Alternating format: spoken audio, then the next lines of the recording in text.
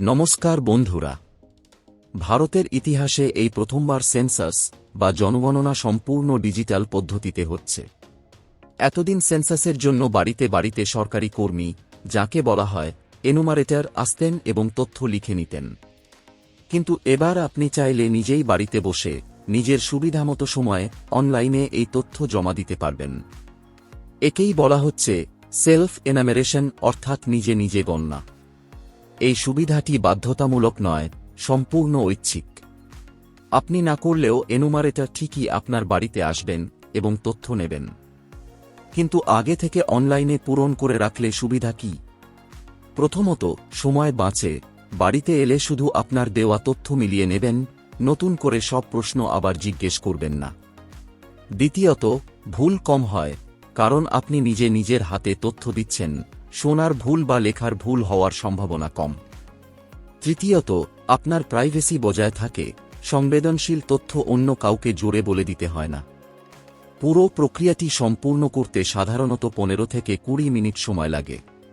শুরু করার আগে হাতের কাছে রেখে দিন একটি সচল ও রেজিস্টার করা মোবাইল নম্বর। কোনো পরিচয়পত্র আপলোড করতে হবে না এবং কোনো আর্থিক তথ্য চাওয়া হয় না। এবার চলুন ধাপে ধাপে পুরো প্রক্রিয়াটা বুঝে নিই। সবার প্রথমে আপনার মোবাইল বা কম্পিউটারের গুগল ক্রোম ওপেন করে টাইপ করবেন সেন্সাস ইন্ডিয়ান 2027। তারপর সার্চ করবেন। সার্চ রেজাল্টে প্রথম যে লিঙ্কটা আসবে সেই লিঙ্কে ক্লিক করবেন। লিঙ্কে ক্লিক করার সঙ্গে সঙ্গে সেন্সাস ইন্ডিয়ার পোর্টাল ওপেন হয়ে যাবে এবং এই রকম ইন্টারফেস আসবে। জাস্ট সেলফ এনুমেরেশন অপশনে ক্লিক করবেন। ক্লিক করার পর নতুন একটা পেজ ওপেন হবে। সাইট খোলার পর হোম পেজে আপনাকে আপনার রাজ্য বা কেন্দ্রশাসিত অঞ্চল বেছে নিতে বলা হবে, অর্থাৎ নিজের স্টেটের নাম সিলেক্ট করবেন। সিলেক্ট করার পর একটা পপ আপ আসবে, জাস্ট ওকেতে ক্লিক করবেন। ক্লিক করার পর এই রকম ইন্টারফেস আসবে। এবার আপনাকে জিজ্ঞেস করা হবে কে এই পরিবারের প্রধান, অর্থাৎ এখানে পরিবারের প্রধানের নাম এন্ট্রি করবেন। তারপর ইমেইল আইডি দিতে হবে, ইমেইল দেওয়া বাধ্যতামূলক নয়। এবং এখানে একটি 10 সংখ্যার মোবাইল নম্বর এন্ট্রি করতে হবে এবং ক্যাপচা বক্সে ক্যাপচা এন্ট্রি করে গেট ওটিপি অপশনে ক্লিক করবেন। ক্লিক করার পর মোবাইলে ওটিপি আসবে, জাস্ট ওটিপির ঘরে ওটিপি এন্ট্রি করবেন। তারপর এখানে ভাষা সিলেক্ট করবেন, যে ভাষায় আপনি এনুমেরেশন ফর্ম ফিল আপ করতে চান। তারপর আবার ক্যাপচা বক্সে ক্যাপচা এন্ট্রি করে ভেরিফাই অপশনে ক্লিক করবেন। ভেরিফাই অপশনে ক্লিক করার পর এই রকম একটা পপ আপ আসবে। এখানে কিছু ইনস্ট্রাকশন দেওয়া আছে, ভালো করে একবার দেখে নেবেন। তারপর ওকেতে ক্লিক করবেন। ওকেতে ক্লিক করার পর ইন্টারফেস আসবে। এখানে আপনার স্টেট অলরেডি সিলেক্ট হয়ে থাকবে, জাস্ট এখানে জেলার নাম সিলেক্ট করবেন। তারপর এখানে পিন কোড এন্ট্রি করবেন। তারপর এখানে গ্রাম বা শহর বা এলাকার নাম সিলেক্ট করবেন। এই তথ্যগুলো নির্ভুলভাবে দেওয়া খুব জরুরি, কারণ এর ভিত্তিতেই পরে সরকারি এনুমারেটর আপনার বাড়ি খুঁজে বের করবেন এবং আপনার তথ্যের সঙ্গে মিলিয়ে দেখবেন। এবার স্ক্রিনে একটা ম্যাপ বা মানচিত্র খুলবে, অনেকটা গুগল ম্যাপের মতো দেখতে।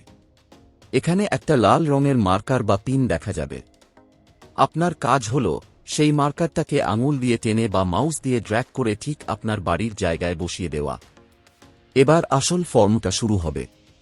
এটাই সবচেয়ে বড় এবং গুরুত্বপূর্ণ অংশ। এখানে আপনার বাড়ি এবং পরিবার সংক্রান্ত নানা প্রশ্ন আসবে, যেমন এখানে বলছে আপনার বাড়ির মেঝেটা কী ধরনের, মাটি, কাঠ, পোড়া ইট, পাথর, সিমেন্ট, মোজাইক। আপনার যেটা হবে সেটা সিলেক্ট করবেন। তারপর এখানে বলছে আপনার বাড়ির দেওয়াল কি দিয়ে তৈরি, ঘাস, খড়, বাঁশ, প্লাস্টিক, মাটি, পোড়া ইট, কংক্রিট ইত্যাদি। আপনার যেটা হবে সেটা সিলেক্ট করবেন। তারপর এখানে বলছে বাড়ির ছাদ কি দিয়ে তৈরি, ঘাস, খড়, বাঁশ, প্লাস্টিক, মেটাল এডভেস্টের, পোড়া ইট, কংক্রিট ইত্যাদি। আপনার যেটা হবে সেটা সিলেক্ট করবেন। তারপর এখানে বলছে বর্তমানে আপনার বাড়ির কি অবস্থা, ভালো না বাসযোগ্য না ক্ষতিগ্রস্ত। আপনার যেটা হবে সেটা সিলেক্ট করবেন। সমস্ত ডিটেলস সিলেক্ট করার পর সেভ এন্ড নেক্সটে ক্লিক করবেন। ক্লিক করার পর এই রকম ইন্টারফেসে আসবে। এখানে বলছে আপনার পরিবারে নিয়মিতভাবে বসবাসকারী সদস্য সংখ্যা কত, তা এখানে এন্ট্রি করবেন।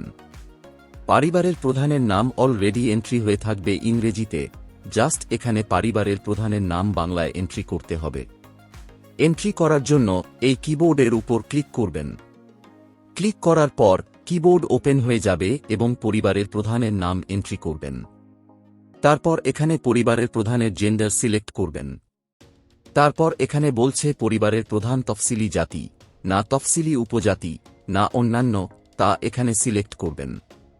এখানে বলছে বাড়ির মালিকানার বিবরণ, অর্থাৎ আপনার বাড়িটি নিজের, না ভাড়ার বাড়ি কিন্তু অন্যত্রে নিজের বাড়ি আছে, তা এখানে সিলেক্ট করবেন। তারপর এখানে বলছে বাসযোগ্য ঘরের সংখ্যা কয়টি, অর্থাৎ রুম কয়টি রয়েছে, তা এখানে এন্ট্রি করবেন। এখানে বলছে আপনার পরিবারে বসবাসকারী বিবাহিত দম্পতির সংখ্যা, এখানে এন্ট্রি করবেন। সমস্ত ডিটেলস এন্ট্রি করার পর সেভ এন্ড নেক্সটে ক্লিক করবেন। সেভ এন্ড নেক্সটে ক্লিক করার পর এই রকম ইন্টারফেস আসবে। এখানে আপনার পরিবারের পানীয় জলের প্রধান উৎস কি, অর্থাৎ কোথা থেকে পানীয় জল সংগ্রহ করেন। পরিশ্রুত কলের জল, অপরিশ্রুত কলের জল, কুয়োর জল, টিউবওয়েল না পুকুরের জল, আপনার যেটা হবে সেটা সিলেক্ট করবেন। এখানে বলছে পানীয় জলের উৎস কোথায়, বাড়ি চৌহদ্দির মধ্যে, না বাইরে, না দূরে, তা সিলেক্ট করবেন। তারপর এখানে বলছে আলোর উৎস কি, বিদ্যুৎ, কেরোসিন, সৌর শক্তি, আপনার যেটা হবে সেটা সিলেক্ট করবেন। তারপর শৌচালয়ের ডিটেলস আপনার মতো করে সিলেক্ট করবেন। তারপর এখানে বলছে বর্জ্য জলের নিকাশি কার সাথে যুক্ত, ঢাকা নর্দমা, খোলা নর্দমা, না কোনো নর্দমা নেই। তারপর এখানে বলছে ঘরের মধ্যে স্নানের ব্যবস্থা আছে কিনা, তা এখানে সিলেক্ট করবেন। তারপর এখানে বলছে রান্নাঘর ও এলপিজি গ্যাসের সংযোগ আছে কিনা।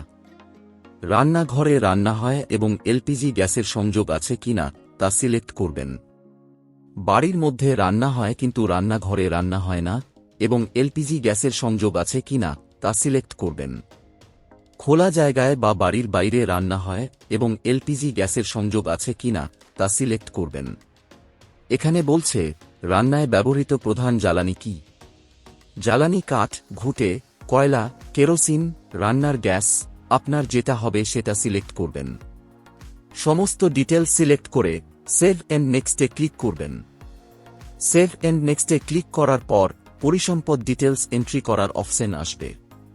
এখানে বলছে রেডিও বা ট্রান্সজিস্টর আপনার পরিবারে আছে কিনা। যদি আছে তাহলে হ্যাঁ সিলেক্ট করবেন এবং রেডিওর ধরন সিলেক্ট করবেন, যেমন সাধারণ রেডিও সেট, নাকি মোবাইল বা স্মার্টফোনে, না অন্য কোনো যন্ত্রের মাধ্যমে রেডিও শোনা হয়, এবং রেডিও ব্যবহৃত না হলে না সিলেক্ট করবেন। তারপর বলছে টেলিভিশন সংযোগ আছে কিনা। যদি থাকে তাহলে টেলিভিশন সংযোগ ধরন সিলেক্ট করবেন, যেমন ডিশ অ্যান্টেনা, ডিটিএইচ, কেবল, না অন্যান্য, এবং না থাকলে না সিলেক্ট করবেন। তারপর বলছে আপনার বাড়িতে ইন্টারনেট উপলব্ধ আছে কিনা। যদি আছে তাহলে সেটা কিসে, যেমন ল্যাপটপ, কম্পিউটারে, মোবাইল ফোনে বা অন্যান্য কোনো মাধ্যমে। না থাকলে না অপশন সিলেক্ট করবেন।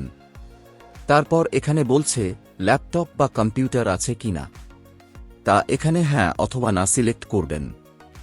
এখানে বলছে টেলিফোন, মোবাইল ফোন, স্মার্টফোন আছে কিনা। শুধু টেলিফোন থাকলে ল্যান্ডলাইন সিলেক্ট করবেন, স্মার্টফোন থাকলে স্মার্টফোন এবং সাধারণ মোবাইল থাকলে সাধারণ মোবাইল সিলেক্ট করবেন এবং উভয় থাকলে উভয় অপশন সিলেক্ট করবেন। তারপর এখানে বলছে সাইকেল, স্কুটার, মোটর সাইকেল আছে কিনা।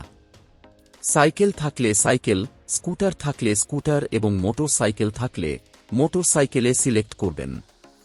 এখানে বলছে 4 চাকার গাড়ি আছে কিনা, তা হ্যাঁ অথবা না সিলেক্ট করবেন।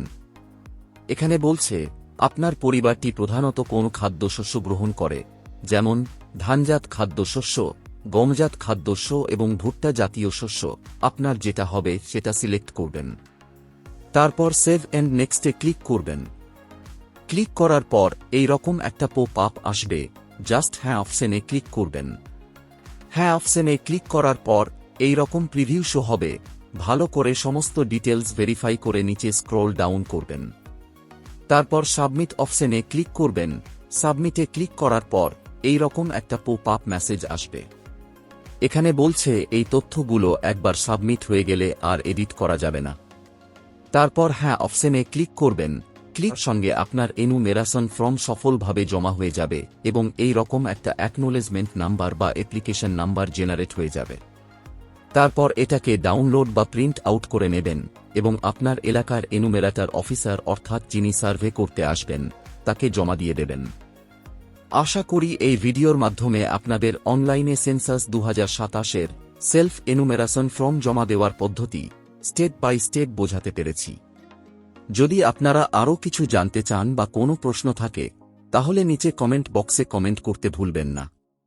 ভিডিওটি যদি ভালো লেগে থাকে তাহলে লাইক, শেয়ার এবং চ্যানেলকে সাবস্ক্রাইব করতে ভুলবেন না। এই ভিডিওটি এতক্ষণ দেখার জন্য আপনাকে অসংখ্য ধন্যবাদ।